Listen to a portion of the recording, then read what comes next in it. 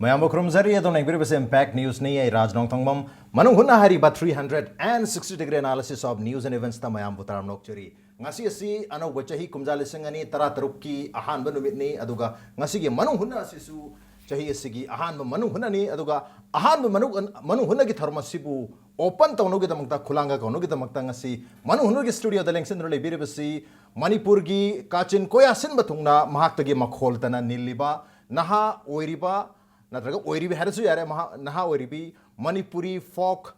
music performer none other than Manka Mayang Lamamni ahan mutar Manka Putaram Nokcheri. Welcome to the show. Appreciate your joining. Impact people meeting tabir bapumna magpu Mankana wishing you a very happy and prosperous happy new year. Okay, thank you. Mankana su Manipur gi miyam da yai papaujel pikre aduga ngasi si New Year gi ahan numit oibani na ngasi New Year day na sum khangnare. Numit si da Manipur gi sin matung na tare Manipur si da atopa maling atopa lebak sin pangton bagum ngasi numit si yam harau tiam na pangton nagi picnic chatna adagi chakcha hejana dana yam chaun pangton na greko adubu mangkagi on dinga sigi keno se New Year gi ahan numit se sigi thorum pareng haitaren kari kari oi gi mai celebrate okay dak chei se ngarang pung ani tare tum hawala puda dum mayam ngarang gi duga dum celebrate ngarang gi dum celebrate tong minare okay pun greba okay New Year na hal handre mangkana han greba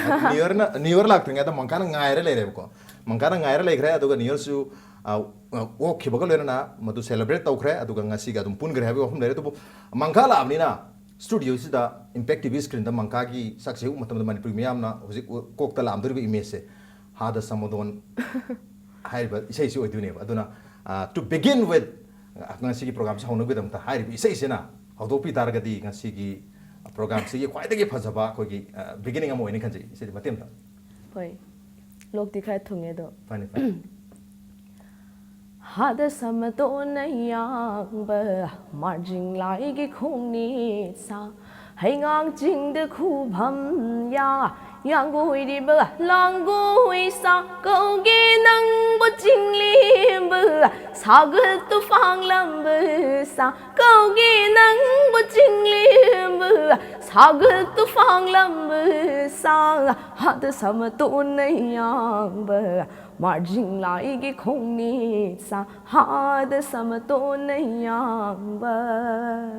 yam phaji bisai ni koi live tasali se su yam phajare aduga koi recorded su yam phaji ani mang amta khena de chap mani huji sari du su edum recorded oi bani ngore to live oi rames aseng ba isa dagi tholba hadi konjen je thaja bar ba tare adubu hujik sakri bisai si aina point haja manate koi taseng na recorded bisai si ka kyam khena ge du koi music yauksen ba khatana tana kem khena blai te matem tari minas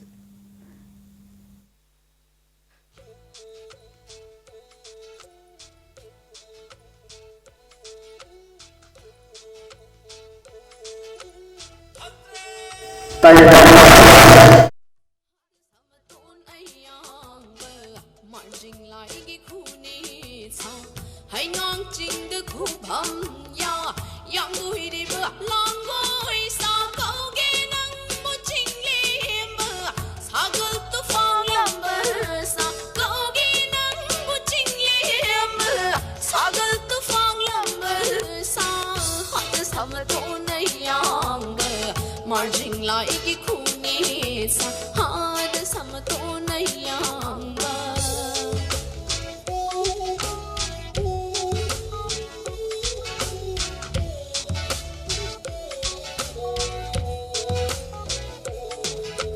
hawai thang ba koi da lu mi puk mi hing ting ja lu du nga ya se ban samaton bu thar ki ba Malima sekaram no lai sem nung sem yare roi Atiana sem keva koyung koi jinung dagi jingu marjing thoi thoi bana samadon tha ki do natte nandi pun puna ba natte laurang shu ba sa huyen la so mayuk sani lam je la khurup yang ba sa hot samadon yang marjing lai ki khuni sa hada samaton yang ba aina haja khib duni recorded isai ga live ta sakhib ga chap mani just tan gi saruk music ki saruk hai tar instrument ki saruk yaw da tu tang ni chap mana ki adubo mangka gi performance ujabu matam da singer am oibgi yam phajaba khonjel ma khoina thajaba ngam da yam naha ori ba मिसक अमदगी खोंजेन से यामना mature होइबा perfect होइबा कोगी फोक की खोंजेल अम थोरक बजे मसिदना ma'am पोंगै से magical होइबा voice है तारे सिमले जरे खोंजेन याम फबा में singer अम होइबगी सिमले रे अदुबो मंकार इसे सकबा खुदिंग इसे सिकल लोइनो लेना याम फजना ओइ इसे दुदंग नते इसे सिकल लोइनो लेना याम फजबा जगोय है तारे जगोय अमसु याम फजन उटपा मा थेंगना जै at the same time ngasi हुजिकी से दुदि पेना याव की दिया तो पेसे सिंग पेना सु यावरी पेना की इवन खोंगबगी मोंग दा है तारे अहम से कॉम्बिनेशन है तारे इसे सकपगा जगोय साबगा पेना अहम से याम फजबा कॉम्बिनेशन जे अदुम मंका दा थेंगना जै अदो मंका की ओइनादि हाइरिबा अहम मक्सी इक्वली इंपोर्टेंट ओइब्रा अहम मक्सी दा ट्रेनिंग लौबी बलेब्रा नत्रगा ओनली सिंगिंग दा ओइना हैंड अटेंशन लेब्रा करी करी खतंग ताकपी अहुमक से इम्पोर्टेंट होए अदुगा अहानबदे आई इसै हान तमजे अदुबो पीङाइ दगी दे जगोय से जगोय हान याम पामजरे जगोय याम सानिंगे तुमिन तुमिन चलगा तुमिन तुमिन साबसु याम यावरे अदो इसै दा हान तमजरे ना क्लास 4 लोरक पदगी इसै तंबा होरे अदुगी मतुंगदा आइना क्लास 8 कारक पदा कोनुंग ममांग लेबा गोविंद जी नत्रालय डांस कॉलेज दा जगोय तंबा होजरे ओके चही निपान दगी क्लास 8 क्लास 8 कारक पदगी क्लास 8 दगी ओके क्लास 4 देने इसे तंबा होग्रबने अदगी क्लास 5 लोरपा जगोय तम तमना अदुम अदुगा पुपु मंगी पद्मश्री अवार्ड को मंगोंदगी पेना तंबा होरे अदुमाइना अहुम से हानदी इसै तमे अदुबु अमासु अमा फजना तमद्रिङै दा अमा मुपतम तमजनबसु पामजदबा अदुना खरा खरा क्लियरली चटप पामबा तसिंग तसिंग ओके अदु कना कोई करम करम ओजा सिंगी मखादा पेना अदगी सै अदगी जगोई से जगोई बुदी कोई कॉलेज तमे जुता जे कोई मणिपुर की गवर्नमेंट डांस कॉलेज इम्फाल दा कोई ग्रेजुएशन लोरे जुता जे रे अदु समायन कॉलेज तम बजना तब कोई इसै की ओइनसु अदुगा पेना की ओइनसु कना करम करम ओजा सिंगी मखादा तबे आइगी अहानबा आइगी ओजादी बुबोगलांगा थेल थोइनु थांमै बंद लेबा आइगी इहान हानबा ओजाने मंगोंदा आई बोरी जारागा इसै से तम बहुजरकिबनि मोरांग साइ अदुई मतुंगदा जगोई इहान हाना तमकपसे अखोइगी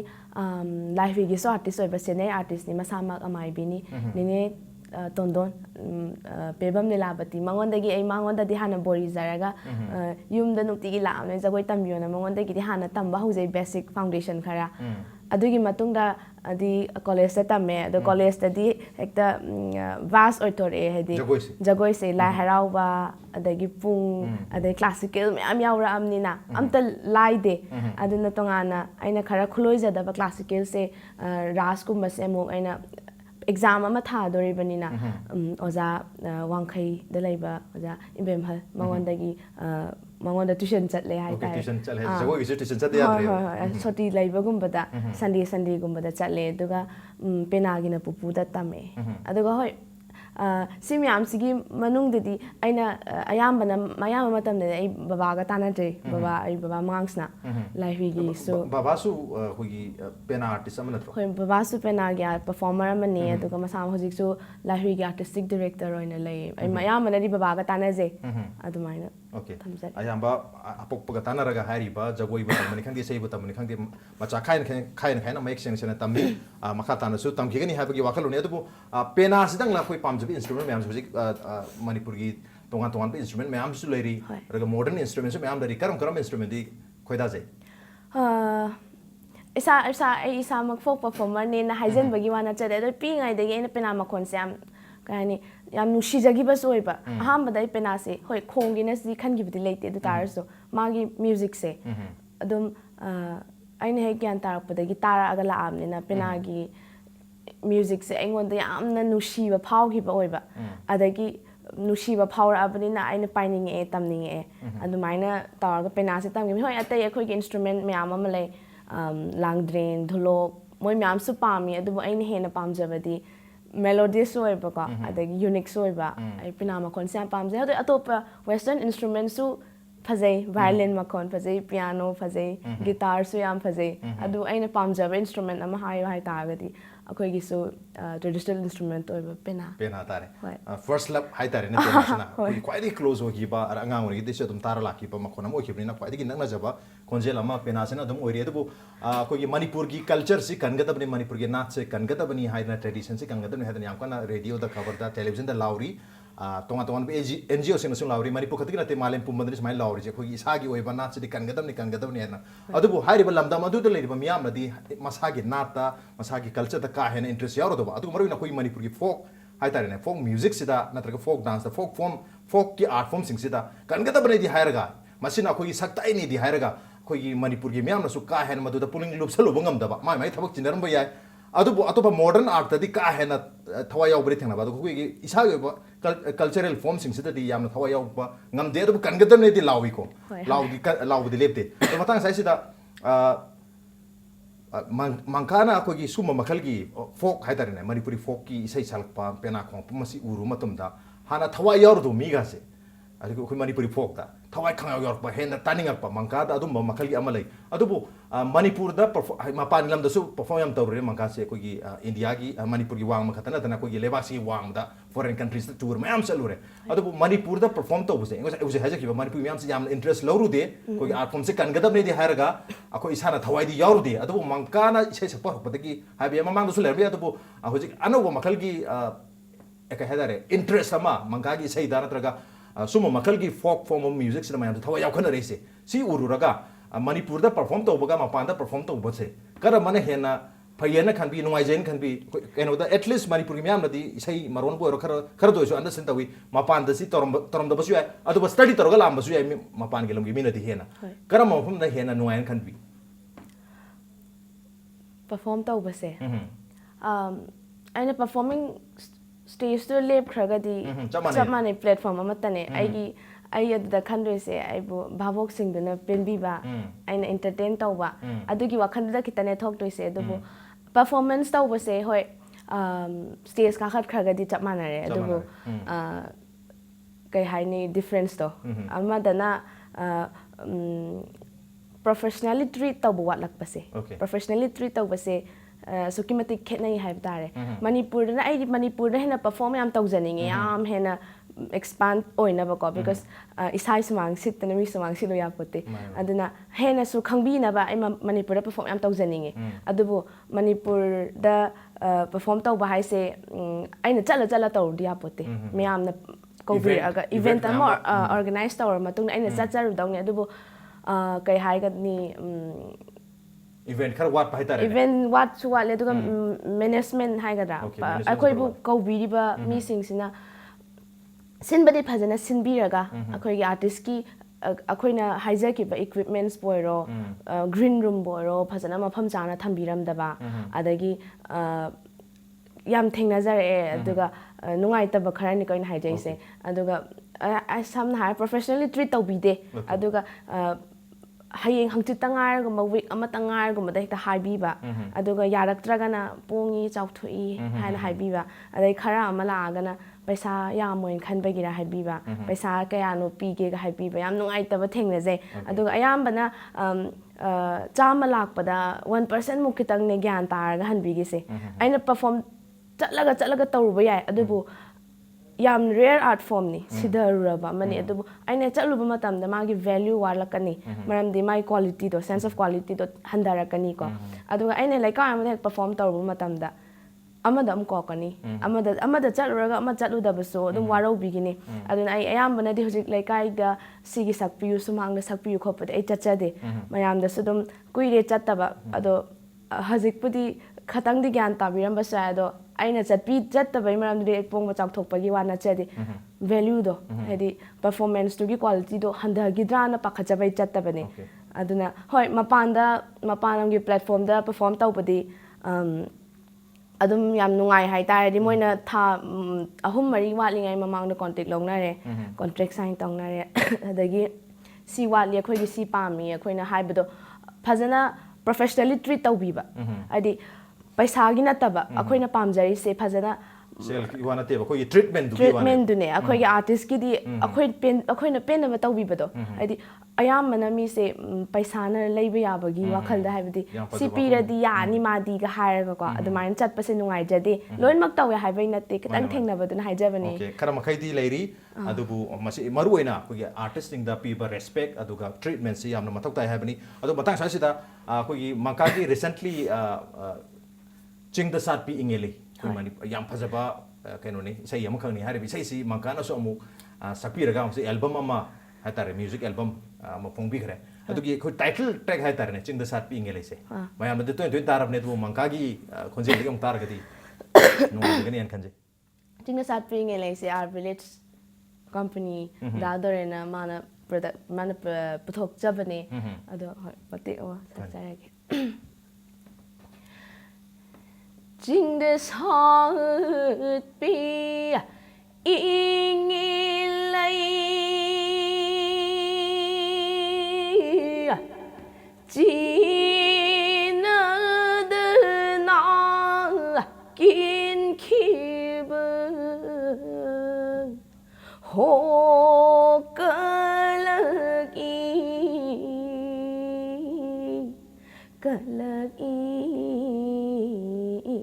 đê ai na kín kia kín đi đô mà lăng bơ na hum bơ ki ho kin bơ ni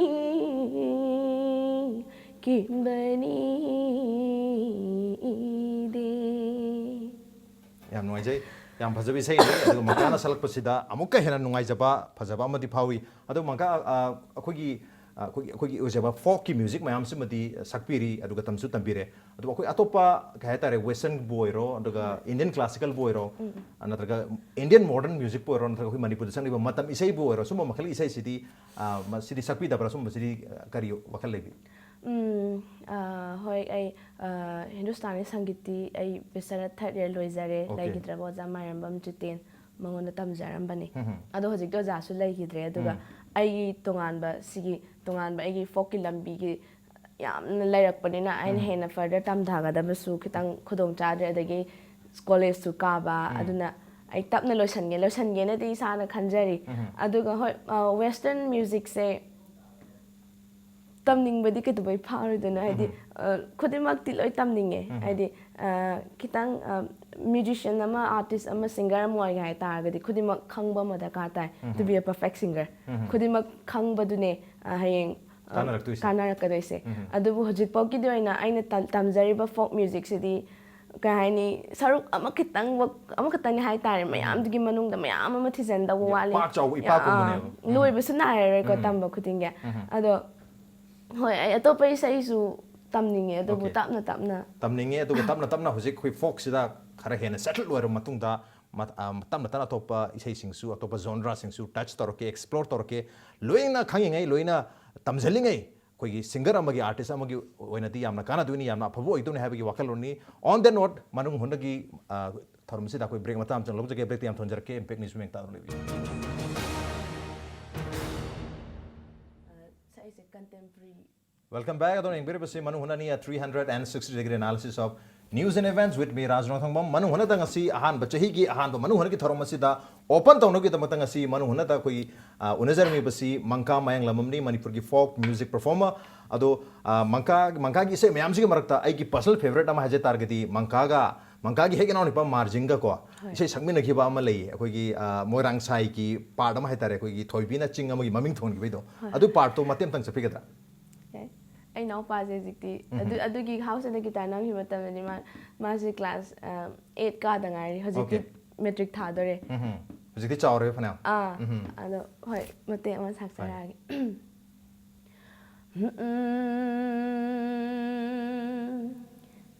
mamom lang lin ma cha thoi bi bi ma pu nai je han ba bu ying le ra ga thoya gi lam trong na đi sưng sưng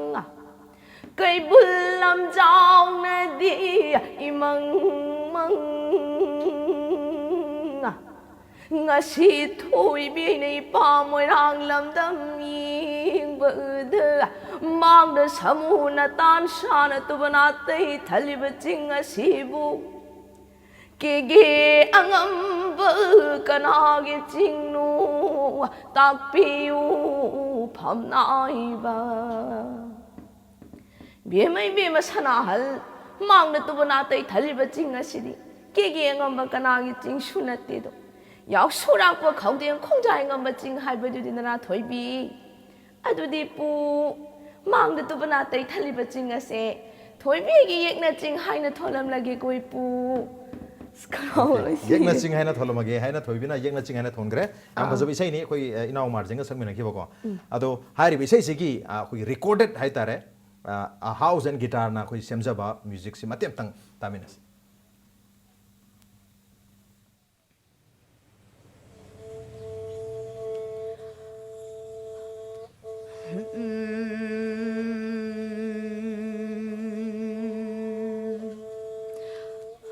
ꯃꯃꯣꯝ ꯂꯥꯡꯂꯦꯟ ꯃꯆꯥ ꯊꯣꯏꯕꯤꯕꯤ ꯃꯗꯣ ꯃꯄꯨ ꯅꯥꯏꯖꯍꯟꯕꯕꯨ ꯌꯦꯡꯂꯦꯔꯒ ꯊꯣꯌꯥꯒꯤ ꯂꯝꯖꯥꯎꯅꯗꯤ ꯁꯪ ꯁꯪ ꯀꯩꯕꯨꯜ ꯂꯝꯖꯥꯎꯅꯗꯤ ꯏꯃꯪ ꯃꯪ ngasi thui bi nei pa moirang lam tam yeng ba da mang da samu na tan sa na tu bana tai thali ba ching ngasi bu ke angam ba kana gi ching no tak pi u pham nai ba bi mai bi ma sana hal ngasi mang da to na tai thalaga ching ase angam ba kana gi ching shunati yaw shurak pa khogdem khongjai ngam ba ching ni nei be ma adudi pu ngasi na su ching gi maming ngam ta thonjaram ge pu mang da to na tai thali ba ching ase thoi bi gi yek na ching hai na tholam na ge koi pu ai be mai be ma sana hal phajai da thoi bi yeng bi yu da मार्जिंगा अखोई कन तोमी इनाउ मार्जिंगा संगमिनगिबको इनाउ मार्जिंगना पेना खोंगा याम फजब इसेनी अदुबु इसिगी हुजिकी इसे सिमति अखोई purely फोक form हाइतारे पेना गी अखोई नत्रगा अखोई खोंजोम परबा नत्रगा खोगी Moirang Saina खंगनबा Sumba pure form गी इसेसिनी अदुबु हादा समुदोन अयांग बगुम सिदि कितंग अखोई पेना यावरगसु अखोई मॉडर्न इंस्ट्रूमेंट गे यावरग सकपि मुतोवी अखोई मखल इसे करी होइदोनो मयामनसु कंटेम्पररी इसे सईगासु हाय करिनो कंटेम्पररी एंड फोक हाइने इसे करी होइदोनो कितंग डिफरेंस तो होय आई इहान हाना तमक अयामबनदि आई मोरांग साइन हान सक्जरमबने अदुगी मतुंगदा कलम्बोगी सिलेक्शन तौरकपसे अबु फेस्टिवल सिलेक्शन तौरकप मतमसिदा मोइना कंटेम्पररी म्यूजिक ओइना हायरकपा ओके कंटेम्पररी म्यूजिक हायरकपदगिदि आइना हेक्टा मोइगी वेस्टर्न इंस्ट्रूमेंट म्याम यान सनारगा सकपसु पामजदबा आइदि आइगी फोक योब इसेंसे मांगहनिंगतिदा अदुना बाबाना तामना लोइबीना इसाई कंपोज अमा तौबी अखोइगी नेचर गी फजबसे कनो थारगा अदुदा ओनली गिटार खतंग हापगा अतोप इंस्ट्रूमेंट अमते यावदे अतोपदे अखोइगी लांग्ड्रेन मैतै पुंग पेना अदुगा अखोइ तौद्री अदुगा वेस्टर्न इंस्ट्रूमेंट अमा यावखरे कंटेम्पररी दुम ओइरे अदुमाइन तौरगा अयामबना आइना हुजिक सक्जरी सामादोन बोइरो अदगी अतोप लिकलांग परेंग अतै तै इंस्ट्रूमेंट यावरबा सिंगसे सिदि कंटेम्पररी बुदी कंटेम्पररी म्यूजिक ओइग्रे अदुबो आइना हाइजनिंगबदी कंटेम्पररी ओइजा तारगसु अखोइगी लेजाबा फोक की इंस्ट्रूमेंट सॉरी बीएस हाइतारेने बीएस होय होय अदु मोइगी लेजाबा सुर मयाम अमा सैसक मयाम अमा पेनागी सैसक मयाम अमा लेबा मोइदगी इसाईगी सुर मयाम पूरागा कंपोज तौबने अतोपा वेस्टर्न म्यूजिक अमगी सुरदो लौरबा नतेबा जस्ट इंस्ट्रूमेंट अमा हापगा कंटेम्पराइज तौथोकपने अखोइगी ट्यून सिगा चाननाबा खोंगतुनेबा वेस्टर्न की मोंतो खोंतो नतेबा होय अदुना आइना contemporary folk music contemporary folk song ने अदुम हाइजेबा मयामनदी कंफ्यूज बस कोरियन रोम दे लौथुए मोइगी माइदो अदु तौवे ट्यून के का सकप खोपति माना ताबने मोइगी फोक म्यूजिक की सहिक सैदा अखोइगी सहिक सैदा लिंक अमदि दुम लेनैबा अदुना मयाम से हेक्टा चोंगसल्लागा अनौबा अमदगी सेमुबा नतबा अखोइगी अरैबा सेसक तुदगी अदुमाइन तौर सेमजागिबने अखोइगी लेजरिसिदा अखोइ कंटेम्पररी ओइनबगिदमता मरुन रिक्वायर कोलंबो चटपगी कोलंबोगी से अखोइ करम सहीदनो कलम जाखे 2014 दा ओके ममांग जहिगिनेबा अदुगी सनबगिदमता अदु क्वालिफाई तनुगिदमता कंटेम्पररी अमा सेम मथौ तागिबदगी कोइ गिटार सिना एज एन कोइ कंटेम्पररी इंस्ट्रूमेंट ओने सिनखिबनी अदरवाइज कोइ इसे इसेगी थवाइदी कोई पेना कोई मोइरांग साइसन अदुम ओइरिबनी अदु मखा चथरकदा कोई मंका थंजनिगे सी अखोइदा म्यूजिक वीडियो मसु येंगजे nong thang lấy mày na okay tôi sẽ nói là thang adu cái cái tăng nên xin biết cái tìm được tung số hoi thang na ro si su matam amada matam amagi la harau bade am toina sakna ba isai ne adubu amuk saugidre aduga isai se yamna su tan su rhythm su am catchy oiba yam nungai ba hai tare aduna oja sing da hangjaraga sise sakke smaina minute mangagi oraga semjar sakke haraga moi degi pupu degi bupok degi aya bularaga smaina music album da hapcha thang sidi contemporary oi gide purely hoi adubu aina phongja gi ba hojiki kadore na phongbi gi ba chingna sat pi se sidadi saruk amoina di hape aduga atop instrument ka fusion tawraga ne atop adugi version amasu yawgi aduga pure amaga fusion su yawri pure su yawri okay adu mai yawe okay adu isai si matem tang thang si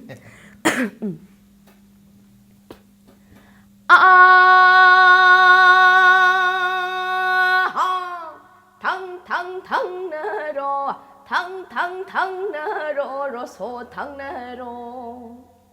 re ra re hai re ra re hai re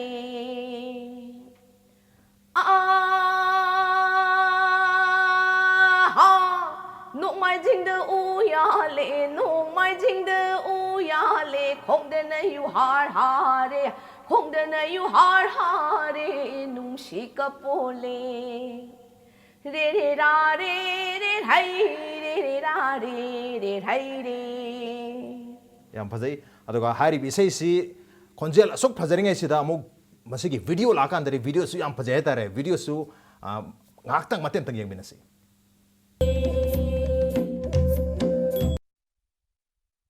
yam phajaba video ni sei su phajare video su yam phajare adu ba khoina sum yeng jarak pada khogi mangka gi solo performance me amdle jare contemporary su aduga khogi pure folk form si su adu na tabida khoi atopa group singa tara atopa music band singa sangmina bai sai khoi ujab se loktak part ki hi hon bana ma da koi hariba band se ka sangmina bai khoi thengna jai si sai se kam kanda har koi ga sakpi sai hata koi ga sangmina bai se masi kamaina lakhi bano karam kanda lakhi bano koi gi sai se aina 12 ki exam tharam dai da moi koi gi da ton adagi da sumit da risikesh ko myam to ga baba da prosto okimne adubu aham bada de atopo khalame adubu agi version da sakpiyo har padagi di o yam phare na smain tanara ga karam na sana ni koni ta ga sakhibene sakhibe su in class 12 kai ngai da sakhi sai ni ado hoi mayam na yam phajai na thagat pri adugi sai du su aina adu batem tak sakpiyo ha ai ki part tang la adu part tang sakpiyo moi gi part di pena haidi folk na trabli na ko hoi gi folk part hai tare du sakpiyo mangka gi part hai bungo nang bu taro ni yang dong na lam ji chin khiu yang dong na lam thui bi ning hu loi bi ai na jing hu lai thong ko ding na cha cha ga thau ga tau je gi yang dou o lam thôi bi da o so bi yang bazu bi sei ni adoge isei si sigi video su pulap haidar loktak part ki meadra kan pulap nammi ne khoi sin do krai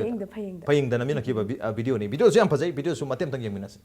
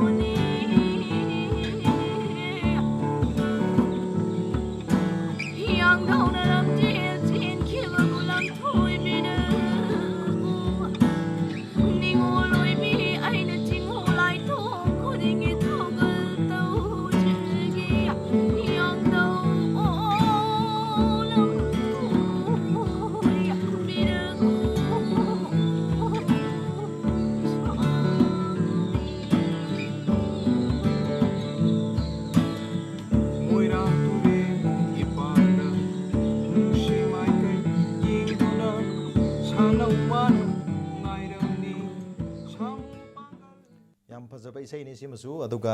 ꯁꯤꯗꯗꯤ ꯑꯩꯈꯣꯏꯒꯤ ꯌꯥꯝ ꯀꯟꯅ ꯑꯩꯈꯣꯏ ꯖꯒꯣꯏꯒꯨꯝꯕ ꯁꯥꯗ꯭ꯔꯒꯁꯨ ꯐꯝꯃꯤꯟꯅꯔꯒꯀꯣ ꯑꯩꯈꯣꯏꯒꯤ ꯄꯨꯂꯞ ꯏꯁꯩ ꯑꯣꯔꯥꯏꯃꯤꯟꯅꯕꯒꯤ ꯃꯑꯣꯡꯗ ꯌꯥꯝ ꯐꯖꯕ ꯃꯑꯣꯡꯗꯅꯤ ꯅꯝꯃꯤꯟꯅꯔꯤꯁꯦ ꯇꯣꯉꯥꯟ ꯇꯣꯉꯥꯟ ꯃꯈꯜ ꯏꯁꯩꯅꯤ ꯑꯃꯅ ꯋꯦꯁꯇꯔꯟ ꯐꯣꯝꯅꯤ ꯁꯛꯂꯛꯏꯁꯦ ꯑꯗꯨꯒ ꯑꯃꯅ ꯑꯩꯈꯣꯏꯒꯤ ꯄꯤꯌꯣꯔ ꯃꯅꯤꯄꯨꯔꯤꯒꯤ ꯐꯣꯛ ꯐꯣꯝ ꯄꯦꯅꯥꯒꯤ ꯈꯨꯁꯛꯁꯤꯅꯤ ꯁꯛꯂꯛꯏꯁꯦ ꯑꯗꯨꯕꯨ ꯀꯩꯅꯣꯒꯤ ꯃꯪꯀꯥꯒꯤ ꯂꯥꯏꯐꯇ ꯍꯥꯏꯇꯥꯔꯦꯀꯣ ꯍꯧꯖꯤꯛꯐꯥꯎꯗ ꯄꯕ꯭ꯂꯤꯛ ꯄꯔꯐꯣꯔꯃꯦꯟꯁ ꯃꯌꯥꯝ ꯑꯃ ꯇꯧꯈ꯭रे ꯑꯗꯨꯕꯨ ꯑꯍꯥꯟꯕ ꯁꯣꯂꯣ ꯄꯕ꯭ꯂꯤꯛ ꯄꯔꯐꯣꯔꯃꯦꯟꯁꯁꯦ ꯁꯨꯃꯥꯏꯅ ꯐꯣꯔꯃꯦꯜꯂꯤ ꯄꯦꯅꯥꯕꯨ ꯑꯣꯏꯔꯣ ꯀꯔꯝ ꯀꯥꯟꯗ ꯇꯧꯕ ꯍꯧꯈꯤ ꯑꯩ ꯏꯍꯥꯟ ꯍꯥꯟꯕ ꯁꯣꯂꯣ ꯄꯔꯐꯣꯔꯃꯦꯟꯁꯁꯦ ꯌꯥꯝꯅ ꯀꯩꯅꯣꯅꯦ ꯀꯃꯥꯏ ꯍꯥꯏꯅꯤ ꯁꯣꯂꯣ ꯄꯔꯐꯣꯔꯃꯦꯟꯁꯁꯦ ꯍꯣꯏ ꯃꯅꯤꯄꯨꯔ ꯃꯐꯝꯗꯕꯨꯗꯤ ꯌꯥꯝ ꯄꯤꯔꯛꯑꯦ ꯏꯍꯥꯟ ꯍꯥꯟꯅꯕꯨꯗꯤ ꯀꯃꯥꯏ ꯍꯥꯏꯅꯤ ꯕꯨꯕꯣꯛꯀ ꯌꯥꯝ ꯁꯛꯃꯤꯟꯅꯔꯛꯑꯦ ꯏꯇꯣꯝꯇ ꯄꯤꯕ ꯍꯥꯏꯁꯦ ꯑꯩꯒꯤ ꯏꯟꯁꯇ꯭ꯔꯨꯃꯦꯟ ꯄꯥꯏꯕ ꯃꯌꯥꯝ ꯑꯗꯒꯤ ꯑꯩꯒꯤ ꯒ꯭ꯔꯨꯞꯇ ꯑꯣꯏꯅ ꯄꯤꯌꯦ ꯑꯗꯨꯒ ꯁꯣꯂꯣ ꯄꯔꯐꯣꯔꯃꯦꯟꯁ ꯏꯍꯥꯟ ꯍꯥꯟꯅ ꯄꯤꯈꯤꯕꯁꯦ ꯀꯩꯅꯣ ꯀꯂꯝꯕꯣꯒꯤꯁꯦ ꯑꯣꯀꯦ ꯀꯂꯝꯕꯣꯗ ꯑꯇꯩꯗꯤ ꯁꯤꯗꯗꯤ ꯒ꯭ꯔꯨꯞꯇ ꯉꯥꯛꯇꯅꯦꯕ ꯃꯌꯥꯝ ꯇꯧꯃꯤꯟꯅꯕ ꯒ꯭ꯔꯨꯞ ꯍꯥꯏꯕ ꯃꯤꯟꯁ ꯍꯣꯏ ꯑꯩꯅꯕꯨꯗꯤ ꯃꯦꯟ ꯁꯤꯡꯒꯔ ꯑꯣꯏꯇꯥꯔꯒꯁꯨ ꯑꯇꯩꯅ ꯑꯩꯒꯤ ꯑꯦꯀꯝꯄꯦꯟ ꯇꯧꯕꯤꯕ ꯃꯌꯥꯝꯗ ꯑꯗꯨ ꯃꯌꯥꯝ ꯌꯥꯎꯋꯦꯕ ꯑꯗꯨꯒ ꯁꯣꯂꯣ ꯄꯔꯐꯣꯔꯃꯦꯟꯁ ꯑꯣꯏꯅ ꯐꯖꯅ ꯑꯩꯒꯤ ꯄ꯭ꯂꯦꯠꯐꯣꯝ ꯑꯃꯗ ꯏꯁꯥ ꯈꯛꯇꯪꯅ ꯏꯇꯣꯝꯇ ꯁꯛꯈꯤꯕ ꯍꯥꯏꯇꯥꯔꯒꯗꯤ ꯀꯂꯝꯕꯣꯁꯦ ꯑꯩ ꯁꯛꯑꯦ ꯑꯇꯩ ꯃꯅꯤꯄꯨꯔꯗꯁꯨ ꯌꯥꯝ ꯁꯛꯑꯦ ꯑꯗꯨꯕꯨ ꯕꯦꯛꯒ꯭ꯔꯥꯎꯟꯗꯒꯤ ꯃꯇꯦꯡ ꯄꯥꯡꯕꯤꯔꯛꯄ ꯈꯣꯠꯂꯛꯄ ꯂꯩꯗꯅ ꯒ꯭ꯔꯨꯞꯇ ꯃꯌꯥꯝ ꯃꯇꯦꯡ ꯄꯥꯡꯒꯗꯕ ꯃꯌꯥꯝ ꯌꯥꯎꯋꯦꯕ ꯑꯗꯨꯒ ꯀꯩꯅꯣꯒꯤꯁꯤꯗꯤ ꯀꯣꯂꯝꯕꯣꯒꯤꯁꯤꯗꯤ ꯏꯊꯟꯇ ꯁꯛꯈꯤꯕꯅꯦ ꯀꯣꯂꯝꯕꯣꯒꯤ ꯏꯁꯩꯗꯨ ꯅꯤꯡꯁꯤꯡꯕꯤꯔꯤꯕ ꯃꯇꯦꯡ ꯑꯃꯇꯪ ꯁꯛꯄꯤꯌꯨ ꯑꯗꯨꯝꯁꯨ ꯕꯕꯥꯅ ꯃꯌꯦꯛ ꯁꯨꯕꯤꯕꯅꯦ ꯀꯝꯄꯣꯁꯁꯨ ꯕꯕꯥꯅ ꯇꯧꯕꯤꯕꯅꯦ ꯇꯥꯝ ꯂꯣꯏꯕꯤ ha ha ha ha ha ha ha ha